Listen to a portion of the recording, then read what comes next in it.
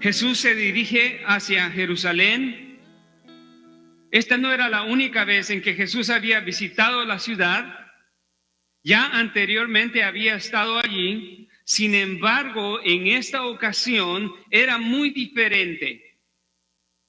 Como todos sabemos, Jesús durante la mayor parte de su ministerio se condujo de una manera discreta. En realidad buscaba mantener su ministerio de alguna manera en lo oculto, porque sabía que si ministraba de una manera en que llamaba la atención de las multitudes, Israel hubiera acudido a prenderlo y a matarlo antes del tiempo.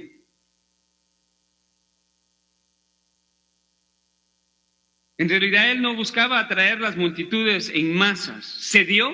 Claro que sí. Lo vemos en el Evangelio de Mateo, lo vemos en el Evangelio de Juan, Marcos, Lucas. Cuando Jesús realizaba sus señales de sanidad, en algunos casos él hasta advertía que no dijeran nada a nadie, porque quería mantener su ministerio discretamente ante los líderes judíos. En cierto sentido, Jesús mantuvo su ministerio en anonimato por un tiempo. Pero la entrada de Jesús a Jerusalén en esta ocasión era completamente diferente y sumamente importante, y en esta ocasión él no quería entrar discretamente. Él había planeado soberanamente entrar y presentarse a el pueblo de Israel como el rey.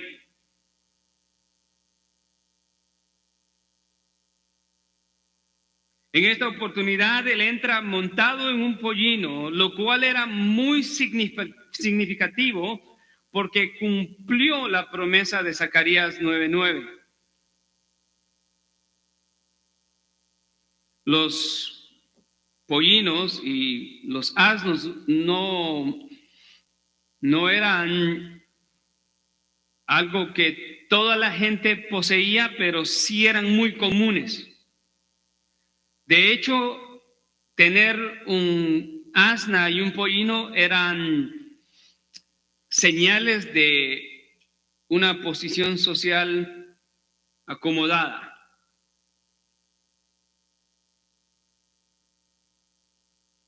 Y el hecho de el pollino nos recuerda que era símbolo de realeza. Los pollinos, de hecho, eran montados, no como uno montaría un caballo, sino las realezas o los reyes montaban los pollinos de lado, ¿no? Con las piernas de un lado y sentados, con mantos que le ponían a estos animales.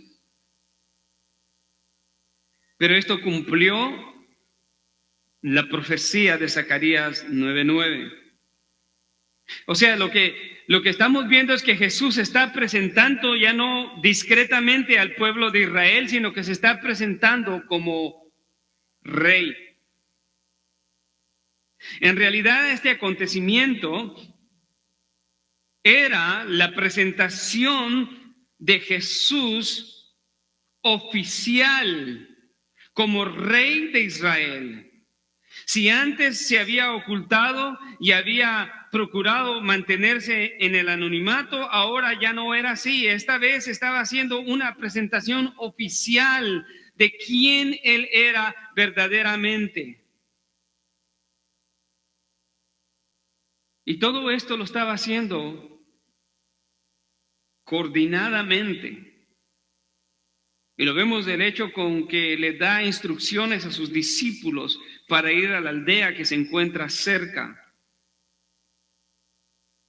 Podemos decir que lo estaba haciendo de su propia voluntad. En ocasiones los judíos se acercaban a él y dinos si tú eres el Mesías. Pero no era el tiempo de ellos, sino era el tiempo de Dios, el que iba a revelar a Jesús como el Mesías. Pero ¿por qué era necesario que fuera Jesús a Jerusalén en esta ocasión y se presentara oficialmente como rey? Y no antes. ¿Por qué ahora sí era necesario? Bueno, la Escritura lo dice en el texto que hemos leído. Mateo nos dice que en esta entrada, lo cual era una presentación de Jesús a su pueblo como rey, se llevó a cabo para que se cumpliese lo dicho por el profeta Zacarías. Entonces, en el texto de hoy, veremos tres aspectos de la culminación del ministerio de Cristo en la tierra. Número 1, la profecía cumplida. Número 2, el clamor de los hombres es temporal. Y número 3, la conclusión de los hombres fue terrible y fatal.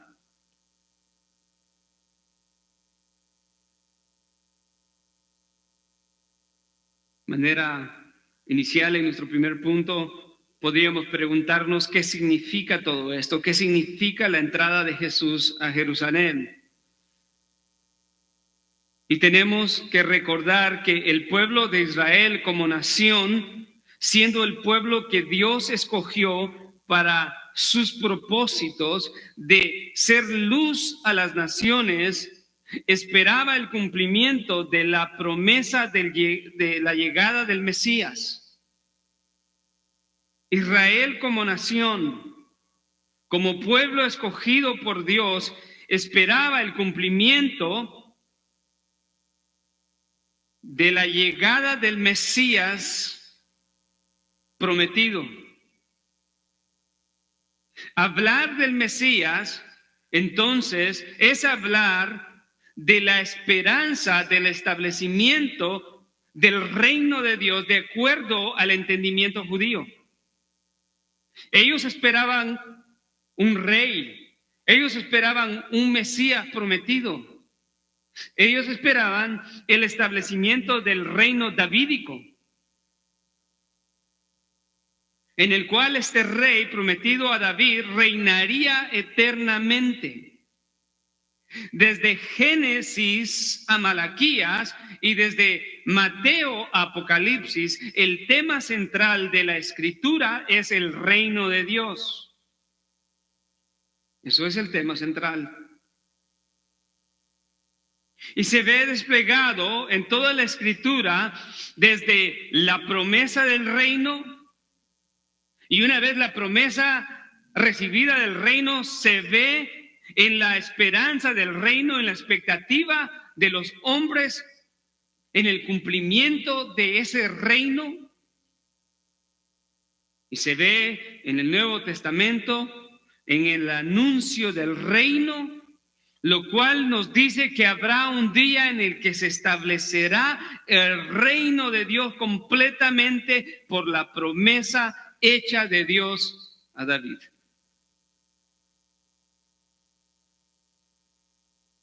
Esa promesa que recordamos en 2 de Samuel 7, 12, 16, después de haberse dado, es el tema importante de muchos de los libros de los profetas, especialmente Isaías, Jeremías, Ezequiel, Zacarías. Aún los salmos nos hablan de ese reino, contando con los salmos reales. El Salmo 2, en donde Dios declara y dice: mi hijo eres tú, pídeme y te daré por herencia a las naciones. Eso habla del Mesías y su reino. En el Antiguo Testamento son los profetas que se convirtieron en los portavoces de Dios para Israel con el fin de proclamar tanto el juicio de Dios por la desobediencia del pacto, como también proclamar la esperanza de una futura restauración en el reino bajo el gobierno del Mesías. El pueblo de Israel tenía un pacto con Dios y siempre violó ese pacto. Y Dios siempre venía en su misericordia y le daba restauración. Y ese es el tema. Siempre el pueblo de Israel pecaba y abandonaba a su Dios, y Dios en misericordia venía y lo restauraba y le daba la esperanza. Ningún rey de Israel era suficiente para cumplir con las demandas de Dios a su pueblo. Dios tuvo que intervenir y prometer el nuevo pacto. Y el nuevo pacto tiene todo que ver con el reino de Dios y su establecimiento entre los hombres.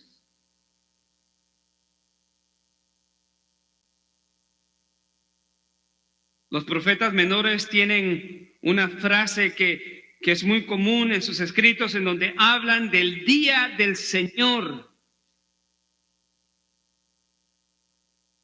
Ese día es el día en que Dios juzgará a las naciones de la tierra y purgará a su pueblo, Israel. Después de esto seguirá el reinado davídico en la tierra, centrado en Jerusalén bajo el gobierno del Mesías, en el cual tanto Israel como las naciones serán el pueblo de Dios. Lo cual nos dice que la proclamación del reino de Dios es central en toda la Escritura. Pero en cuanto a nuestro contexto, para los judíos era el Antiguo Testamento, los profetas mayores, los profetas menores. De Isaías a Malaquías, la promesa y la expectativa era el reino de Dios. El Antiguo Testamento concluye con la expectativa de que Dios cumplirá sus promesas del reino mientras su pueblo permanece esperando la liberación. Por lo tanto, la llegada de Jesús a Jerusalén con el propósito de revelarse como rey, el rey esperado, es muy importante. Y tiene todo que ver con este aspecto del reino de Dios. La entrada de Jesús a Jerusalén, entonces, es el cumplimiento de esa expectativa mesiánica. Y eso es exactamente lo que nos dice Mateo en el versículo 4. Esto sucedió para que se cumpliese lo dicho por medio del profeta cuando dijo: decida la hija de Sión, mira, tu rey viene a ti, humilde, montado en un asna y un pollino de bestia de carga. Eso es lo que está diciendo Mateo. Esta declaración en realidad es una combinación de Zacarías 9:9 e Isaías 62:11. Es interesante que Mateo formule esta cita tomando esta parte: decid a la hija de Sión, que pertenece a Isaías 62, mientras que en Zacarías dice: regocíjate mucho, hija de Sión. Pero Mateo usa en la introducción de Isaías para cambiar la fórmula y decir: decid a la hija de Sión, en vez de regocíjate, hija de Sión, como dice Zacarías. Hija de Sión es una referencia a Jerusalén.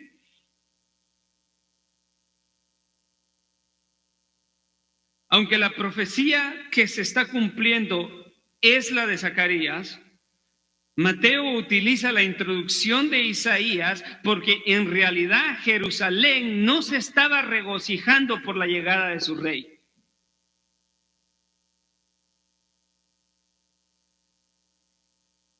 A pesar de vivir la expectativa de la venida del Mesías, los israelitas decidieron que Jesús no era el rey, que él no cumplía con las expectativas, no tanto de la ley y de los profetas, sino que este Mesías no encajaba en sus expectativas personales. Y por lo tanto, ellos no se regocijaban al recibir a Jesús de Nazaret, sino más bien eran indiferentes a la presencia de su rey en la tierra. Y por eso Mateo cambia la fórmula y no dice regocíjense, porque no estaban alegres y gozosos. Imagínense, el rey de Israel, el Mesías, a las puertas de Jerusalén, y ellos no lo reconocieron.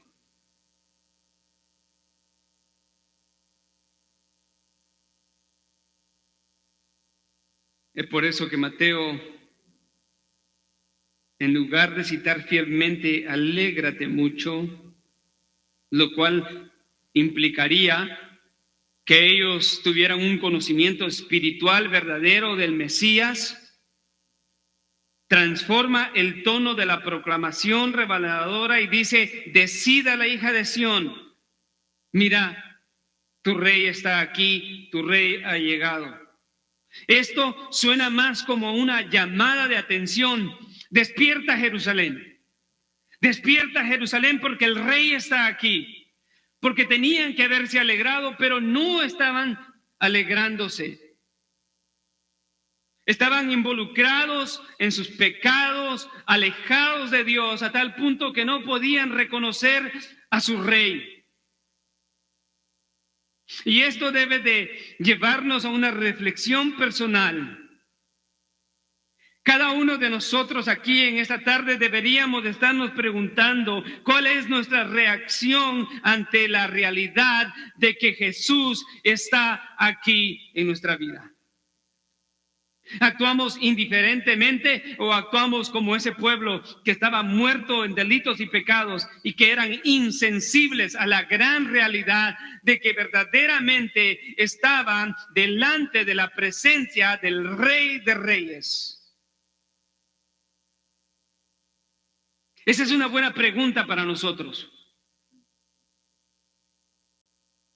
Puede ser que muchos estén espiritualmente dormidos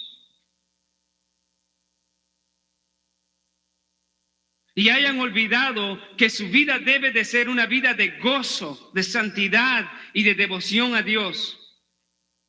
No solo porque esperamos el establecimiento final del reino de Dios en la tierra, sino porque ahora mismo, hoy en este día, nosotros tenemos comunión con Dios por medio de Cristo.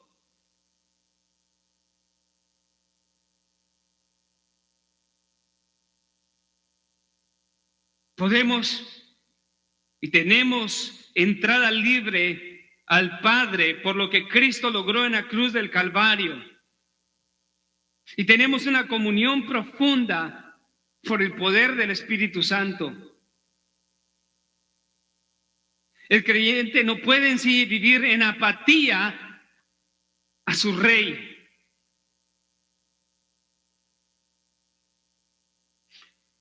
Los cristianos saben que Cristo es su Señor. Esa es una verdad que conocen muy bien. Pero a veces deben de recordar de que su vida debe de estar caracterizada por un gozo inefable, por una alegría que fluye no de las circunstancias que lo rodean, sino de la presencia del señorío de Cristo en sus corazones. Porque Cristo no solamente es su Salvador, pero es su Señor. Y Él tiene la autoridad para decir cómo nuestra vida debe lucir delante de Él. Y Él tiene la autoridad y el poder para darnos todo consuelo.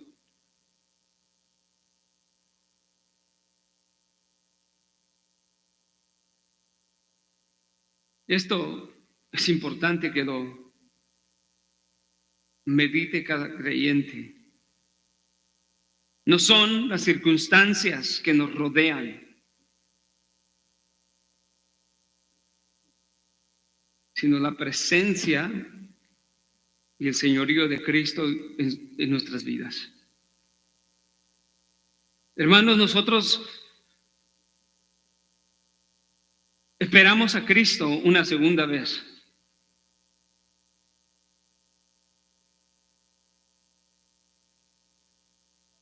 Y mientras Él llega y establece su reino, mientras todas las cosas serán regeneradas, mientras que llega el día de la glorificación de los creyentes con su Señor,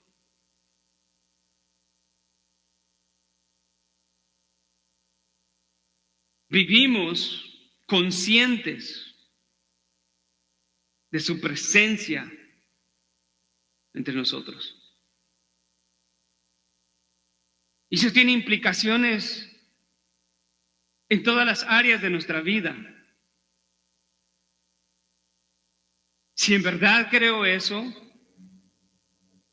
si en verdad creo que he sido salvo y que Cristo mora en mí y que ahora Él es el Rey y Señor de mi vida y que Él controla todo aspecto de mi vida, desde el más pequeño hasta el más grande, yo debo de preguntarme entonces cómo debo de vivir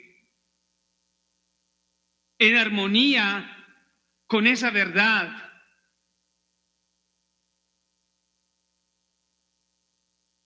Desafortunadamente, Israel no reconoció la verdad de la presencia de su rey entre ellos. Y de hecho lo menospreciaron. Y aunque vemos en nuestro segundo punto el clamor que resonaba, sin embargo era un clamor pasajero. Estuvieron dispuestos a regocijarse en su rey por un tiempo, por las razones equivocadas. Eran incentivados a buscar al rey no por quien él era, sino por lo que él hacía. Y me temo que hoy en día esa es la circunstancia de muchos. La Escritura nos sigue diciendo en el versículo 8 y el versículo 9 que Jesús y sus discípulos y las multitudes venían desde Jericó, donde Jesús había sanado a Bartimeo y a su compañero, dándoles la vista. En un punto no determinado del camino, después de que Jesús montó el pollino y las grandes multitudes que lo acompañaban con mucho entusiasmo,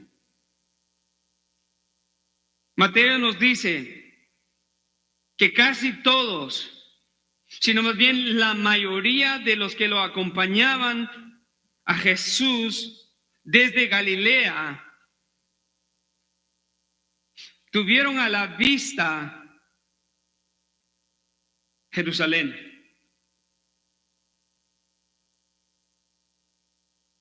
La multitud era grande.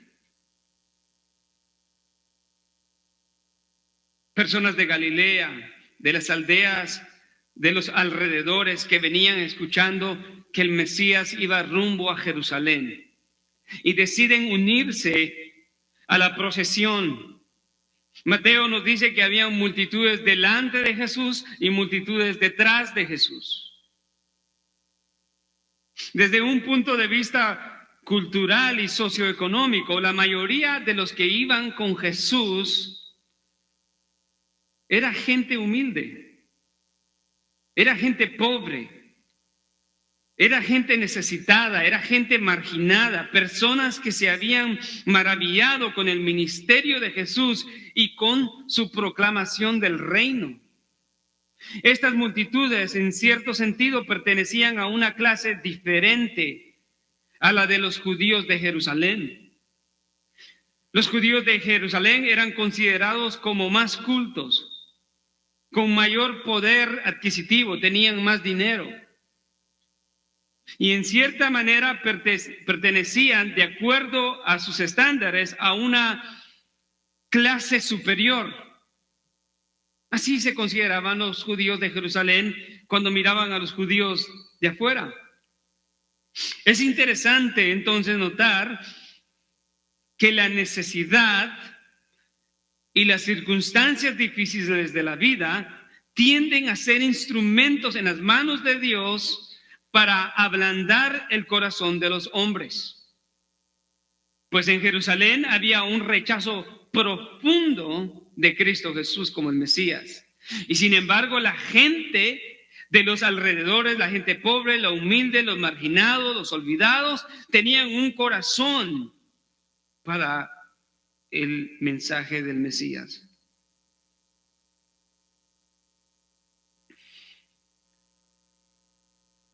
Entonces, las circunstancias de la vida, la enfermedad quizás, el dolor, la pobreza, son instrumentos en las manos del Señor para penetrar el corazón de los hombres y hacerlos entender que sin Dios están en una condición miserable. Mientras que los que tienen dinero y un estatus social elevado y tienen un conocimiento intelectual, es todo lo contrario. En muchos casos, esas bendiciones o cosas buenas son instrumentos de Satanás para endurecer el corazón del hombre y hacer que las personas se pierdan. Eso es lo que sucede. Cuando las personas deciden tomar las cosas que de este mundo son buenas, el conocimiento es bueno, la prosperidad es buena, ser intelectual en un sentido es bueno, pero puede ser dañino en otro sentido. Pero Satanás usa eso como un instrumento para que las personas se pierdan. Aunque no siempre es una regla. No siempre eso es una regla, pues hay hombres pobres que se pierden por su rebeldía a su Creador. Y también hay personas poderosas e intelectuales que se rinden humildemente delante de su Creador, pero en la mayoría de los casos, lo primero es verdad. El sufrimiento y el dolor ablanda los corazones, mientras que el dinero y la opulencia y la jactancia del saber endurece el corazón de los hombres. Sin embargo, las multitudes que seguían a Jesús pertenecían al primer grupo y Mateo nos dice que ellos iban gritando de gozo, mientras que los residentes de Jerusalén estaban agitados.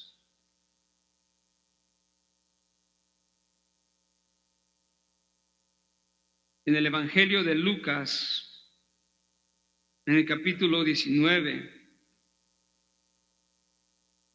se nos dice que ellos estaban agitados y estaban en una condición tan precaria, a pesar de su prosperidad, a pesar de que vivían en una ciudad protegida, moderna. Lucas dice que ellos, a pesar de todo eso, no reconocieron el día de la visitación del Mesías.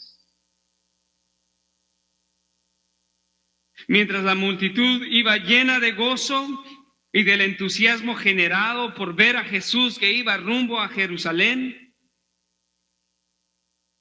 lo cual ellos entendían e identificaban como el cumplimiento del reinado mesiánico. Sin embargo, los de Jerusalén no veían lo mismo. Estaban escépticos y diciendo, ¿quién es este? Lucas 19:37 dice que cuando ya se acercaba junto a la bajada del monte de los olivos, toda la multitud y los discípulos iban regocijándose y comenzando a alabar a Dios en alta voz, todas las maravillas que habían visto de Dios, ellos empezaron a proclamar y alabar a Dios. Según los comentaristas, ponen esta escena de la entrada de Jesús a Jerusalén, que mientras que esto ocurría, las multitudes descendían del monte de los olivos y Jerusalén estaba en una área baja, y las multitudes que iban enfrente de Jesús y las que venían atrás, al ver Jerusalén, se llenaron de gozo al ver lo majestuoso del desfile del rey hacia Jerusalén.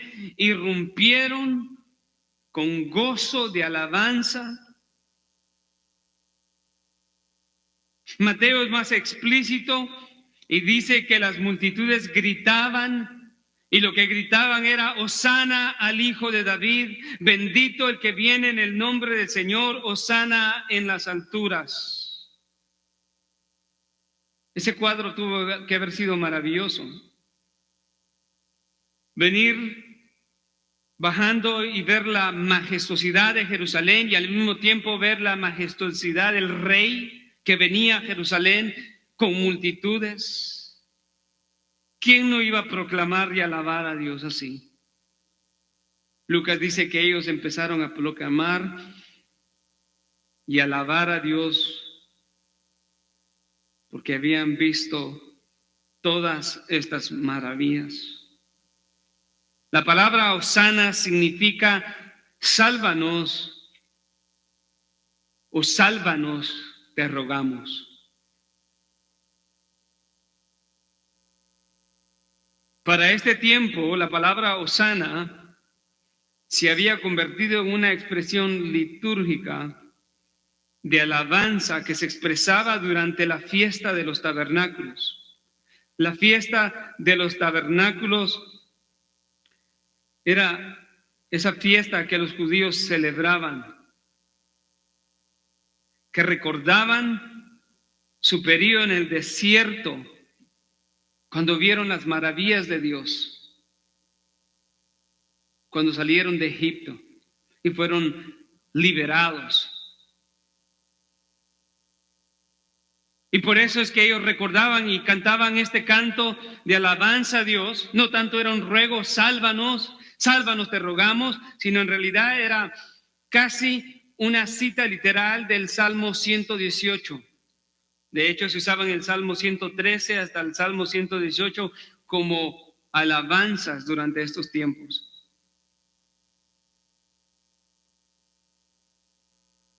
De alguna manera, estos hombres identificaron al Mesías, las multitudes, y alababan y decían, ya sea porque decían sálvanos o sálvanos te rogamos, o porque lo hacían de una manera litúrgica. Sin embargo, esto fue glorioso. Y todo suena bien. Incluso puede hasta oírse conmovedor. Sin embargo, la alabanza no duró mucho tiempo. Pues esta misma multitud, el Evangelio de Mateo nos dice que días después prefirieron a Barrabás en lugar de Jesús. Y estas mismas multitudes que iban gritando Hosana, Hosana al Hijo de David, era la misma multitud que gritaba crucifíquenle, crucifíquenle, crucifíquenle.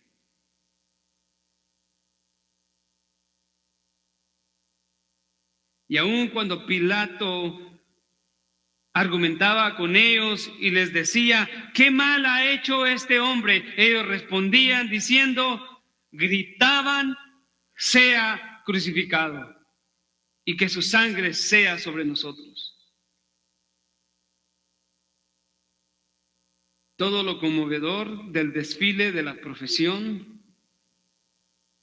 fue momentáneo. Pronto se evidenció que no tenían raíces. La alabanza, el reconocimiento y la adoración de aquellas multitudes durante la entrada triunfal a Jerusalén no fue genuina. Estaba basada en emociones pasajeras. ¿Y qué advertencia es eso para nosotros en la palabra de Dios el día de hoy? Debemos de asegurarnos de que nuestra devoción a Cristo no sea artificial. Una devoción que solo dure mientras nuestras emociones estén activas. Eso no le complace a Dios. Los creyentes que no tienen cuidado pueden caer en este engaño de emocionarse con los demás por un tiempo. Alaban con los demás mientras todo está bien. Disfrutan de la palabra de Dios siempre y cuando no se confronte con su pecado. Todo es gloria a Dios por el Evangelio, gloria a Dios por la doctrina, gloria a Dios por la iglesia, pero en el momento de la verdad se pone del lado equivocado.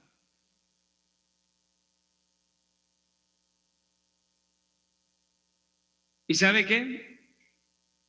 Con nuestras actitudes podemos hasta estar diciendo, yo creo que hay que crucificar el Evangelio.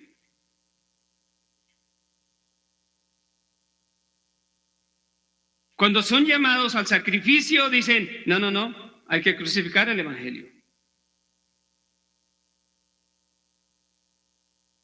Cuando son llamados a morir al yo, cuando la verdad confronta el pecado y exige una transformación radical, muchos dicen, retrocedo, y hasta se me ocurre, crucifiquemos el Evangelio.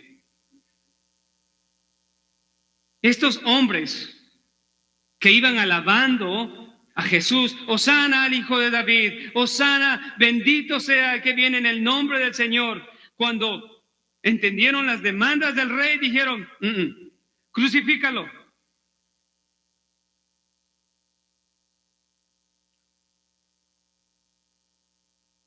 ¿Qué advertencia para nosotros?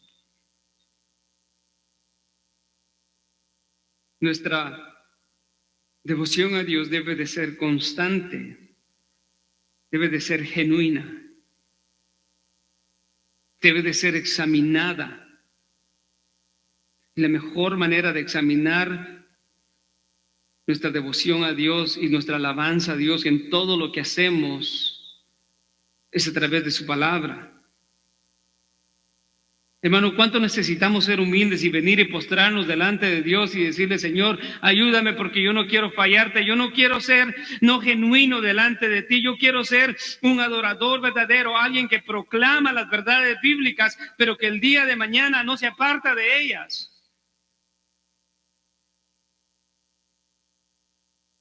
La inconsistencia espiritual no solamente es un dolor en el corazón de Dios, sino que es una vergüenza para el hombre que las practica. Hoy dice, hoy estoy en bendición, pero mañana está derrotado. El hombre y la mujer de Dios es un hombre de convicciones. Es un hombre que no retrocede, es una mujer que no retrocede. Son hombres y mujeres transformados por la palabra de Dios que van rumbo, saben, que van rumbo a la perfección. Que no la veremos en este mundo, sino por la gracia y la promesa que tenemos, sabemos que un día seremos glorificados. Pero mientras estamos aquí, tenemos que luchar, orar y decirle, Señor, Señor, detén todos mis pecados.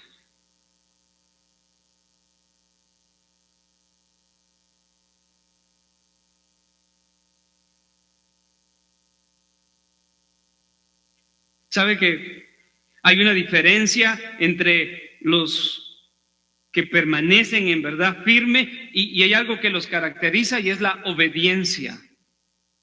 Son aquellos que Dios les dice algo y lo hacen exactamente.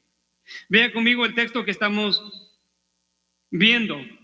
Al principio se nos dice que cuando Jesús iba llegando a Betfagé, le dijo a los discípulos, vayan a la aldea de frente y enseguida encontrarán un asna atada y un pollino con ella. Y desátenla y tráiganmelos. Y si alguien les dice algo, díganles, el Señor lo necesita. Y enseguida lo regresará. El versículo 6 nos dice lo que los discípulos hicieron. Vea conmigo. Entonces fueron los discípulos e hicieron como ellos quisieron. No. Ellos hicieron tal como Jesús les había mandado. Punto. Esa es la diferencia entre los que alaban a Dios genuinamente, que en todo tiempo no hacen su voluntad, sino hacen tal como el Señor Jesús les dijo. Para ellos esto era difícil. Lo leemos, pero no lo entendemos nosotros porque no estamos en los zapatos de ellos, ¿verdad? Porque era como, Jesús, me estás mandando a que yo vaya a traer. Recuérdense que tener un asno y un pollino era tener un Tesla el día de hoy. ¿Sí? Entonces, ve, lo encontrarás ahí parqueado y móntate, agarra la llave y te lo llevas. Y si alguien te dice, ¿a dónde vas con eso? Dile, el Señor lo necesita. O sea, para ellos era difícil. Pero ¿sabe qué ellos vieron? Vieron la soberanía poderosa de Cristo. No solamente Cristo sabía en dónde estaba la asna y el pollino, sino que había trabajado en el corazón de los hombres para que los cedieran para su servicio. Lo que los discípulos necesitaban hacer era obedientes, obedecer a la voz de Cristo. Esto era un evento tremendo. Era como que los discípulos le preguntaran a Jesús, Jesús, pero nos estás mandando a robar, a mandar, a violar uno de los 10 mandamientos. No, y ellos fueron. Y Mateo nos dice que ellos hicieron tal como Jesús. Esa palabra tal como nos dice es una comparación de que así como Jesús les dijo, así ellos fueron. Si Jesús les hubiera dicho, quiero que lo hagan en 2 horas, lo hubieran hecho en 2 horas y no más. Si Jesús les hubiera dicho, tienen que dar 200 pasos, ellos hubieran asegurado de darse 200 pasos. Eso es lo que nos dice el texto. Ellos hicieron tal y como Jesús les había dicho. Esto, hermanos, es un contraste entre aquellas multitudes que se pegaron a Jesús porque los alimentaba, porque veían que sanaba ciegos, porque veían que todo iba sorprendente cuando él curaba y proveía y hablaba con autoridad. Hermano, en el Evangelio hay muchas cosas asombrosas, pero nosotros no estamos llamados a concentrar nuestros esfuerzos en las cosas maravillosas del Evangelio, sino en la persona de Jesús.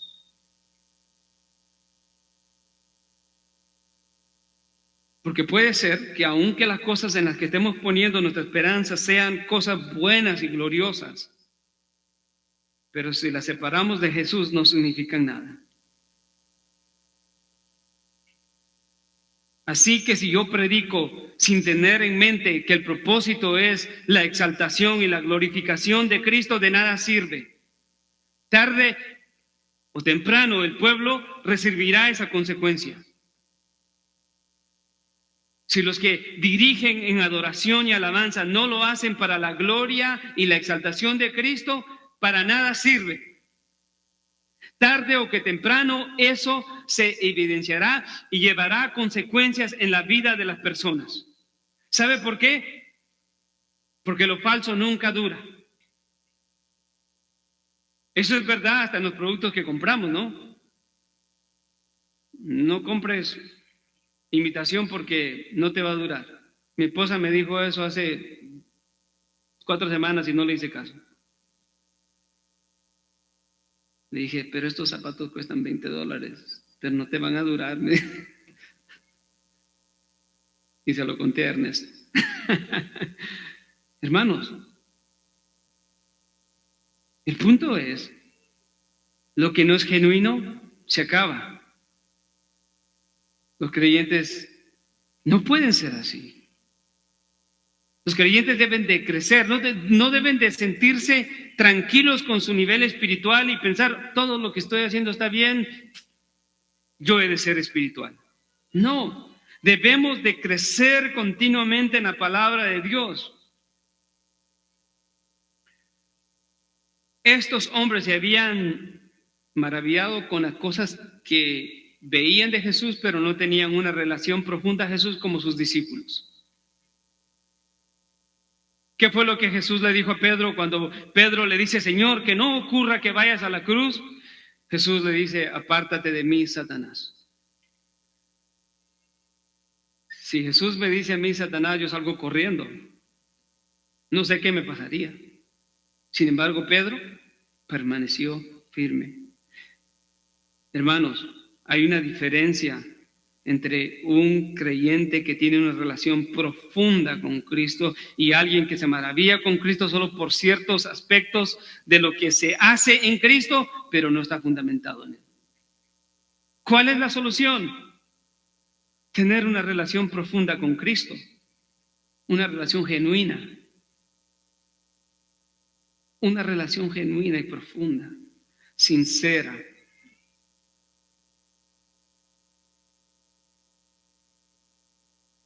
Para los judíos, la conclusión fue terrible porque vemos que lo que ellos declararon fue fatal. Trágicamente, Israel no recibió a su rey. Antes bien, lo rechazó y lo mató.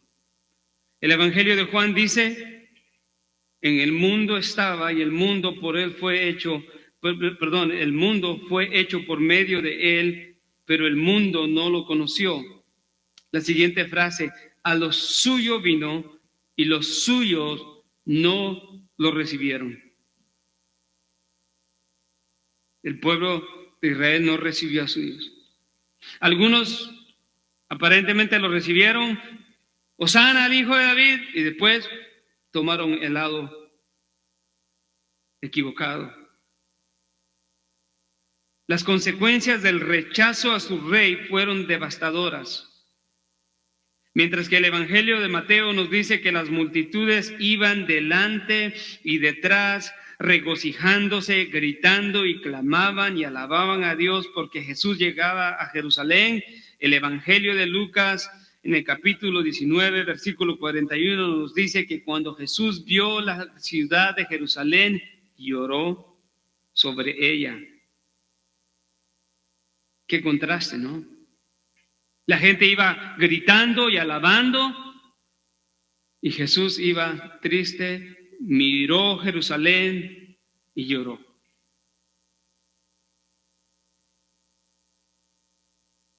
¿Por qué lloró Jesús? Porque él, conociendo todo, sabía muy bien lo que acontecería pronto en esa ciudad.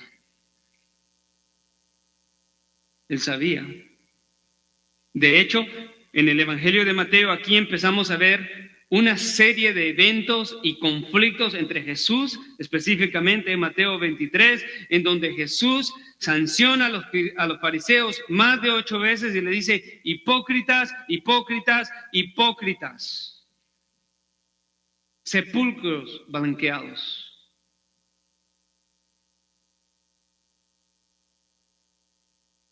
Y advierte al pueblo, le dice: hagan todo lo que estos hombres les dicen que hagan, pero no hagan como ellos hacen. La vida de ellos era una contradicción. Proclamaban la verdad y la palabra de Dios, pero su vida era todo lo contrario. Por eso Jesús lloró. El pueblo iba regocijándose, gritando: Hosana al Hijo de David, bendito el que viene en el nombre del Señor. Y Jesús iba con los ojos en Jerusalén y lloró. La tristeza de Cristo no fue por la cruz, que tendría que soportar en unos días. Lo que Cristo tenía en mente era más bien el rechazo de su pueblo, a quien Él vino a salvar. El rechazo de su pueblo, a quien Él vino a dar vida eterna. Por eso es que Jesús lamenta por Jerusalén.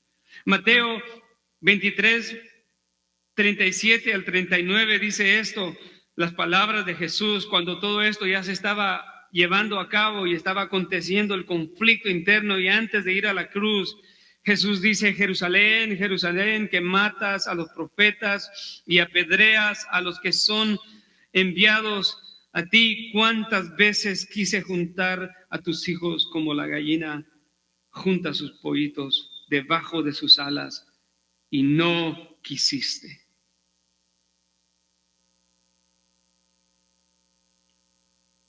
La consecuencia de eso, sigue diciendo Jesús: he aquí, vuestra casa os es dejada desierta, porque os digo que desde ahora en adelante no me veréis hasta que digáis: bendito el que viene en el nombre del Señor, pero de una manera consciente y genuina, en su segunda venida. En su primera venida, Israel no hizo eso. En su segunda venida lo reconocerán. Y esto es igual para nosotros. El día en que Jesucristo sea manifestado en su segunda venida, todos sus hijos, los que le pertenecen, declararán y dirán: bendito el que viene en el nombre del Señor, genuinamente. Pero mucho de lo que haces hoy apunta si eso será una verdad en el futuro. ¿En dónde pones tu prioridad? ¿Negocias con el mundo y las cosas de Dios, del Evangelio? ¿El Evangelio es tan importante hasta cuando tengo algo más importante en mi vida? ¿El Evangelio es importante hasta cuando tengo que ganar más dinero? ¿El Evangelio es importante hasta cuando me tengo que gozar en un pecado? Hermano, nada en este mundo vale la pena negociar por el Evangelio de Cristo. Esto es algo tan real. Nuestras prioridades hoy hablan mucho de nuestra expresión futura en la presencia de Cristo.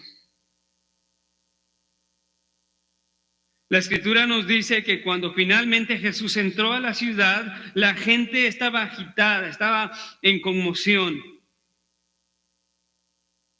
Esto quiere decir que estaban conmovidos, turbados por lo que estaba sucediendo al ver una multitud de personas marginadas. Imagínense, los opulentes de Jerusalén, los líderes religiosos, viendo a la gente pobre, sucia, enferma, que venían detrás de Jesús gritando: Hosana, Hosana. Y ellos se quedaron: ¿pero qué está pasando acá?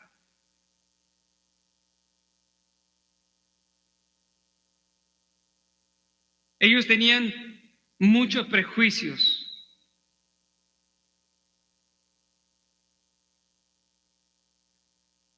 Y preguntaron, ¿quién es este?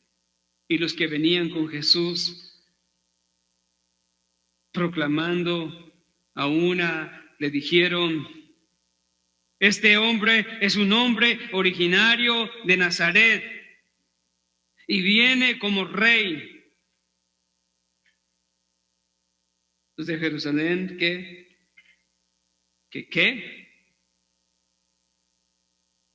Como rey de Nazaret, con desprecio, preguntando, ¿quién es este?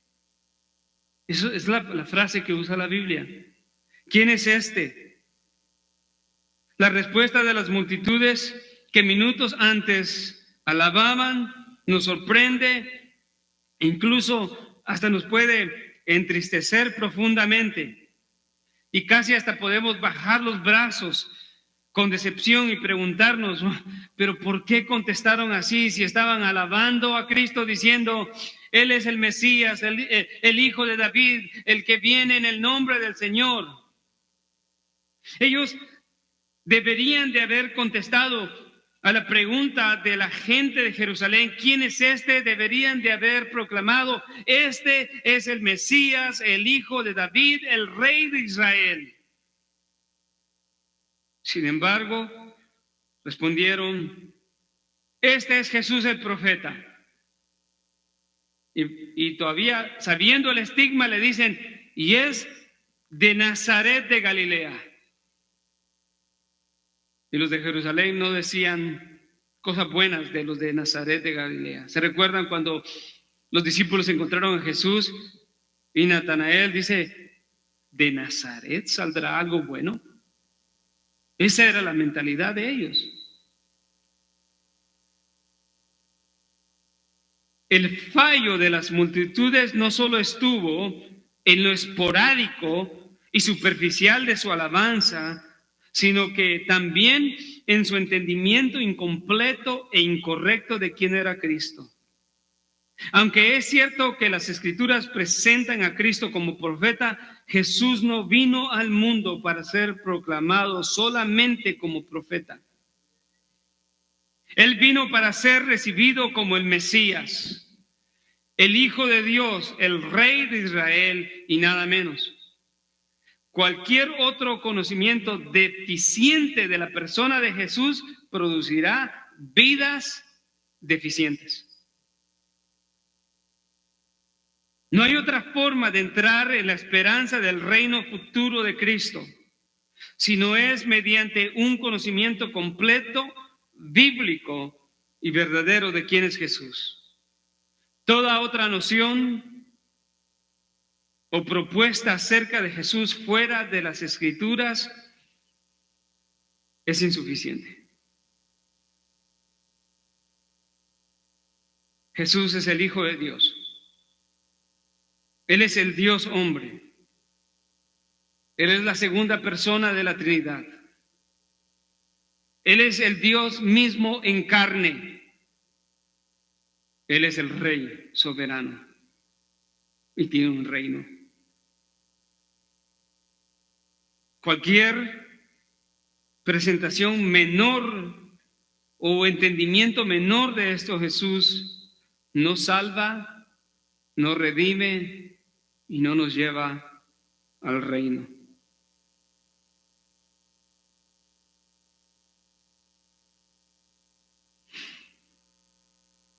Como conclusión, a través de la proclamación del Evangelio, nosotros los creyentes tenemos el gran privilegio de anunciar el reino de Dios se ha acercado. También tenemos la responsabilidad de proclamar que el Rey vendrá pronto y que todo hombre debe de estar preparado para su segunda venida. La única manera de estar verdaderamente preparado es a través de una devoción genuina, constante y perseverante. Esa es. Si esto no es una realidad en nuestra vida, nunca viviremos la vida que Él quiere que nosotros vivamos.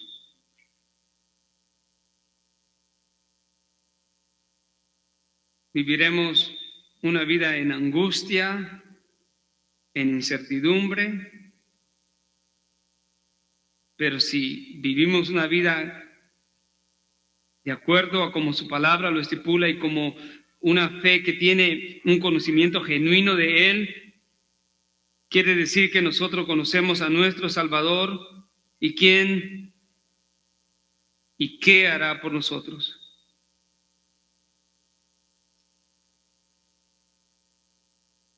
Este mensaje, amados hermanos, es un llamado de Dios a nuestras vidas.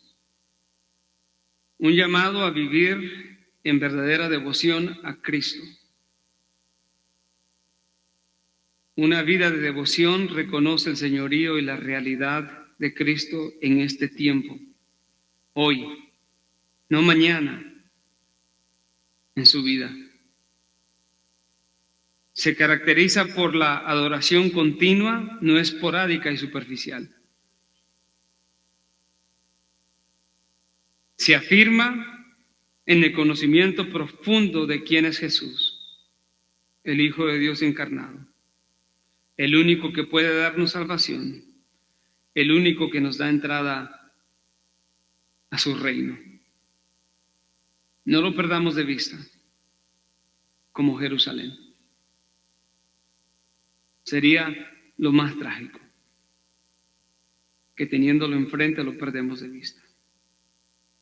Gracias, Padre. Te damos gracias, Señor, por tu palabra en esta tarde preciosa. Y reconocemos a través del mensaje de tu palabra, Señor, la realidad de tu presencia entre nosotros, tu pueblo.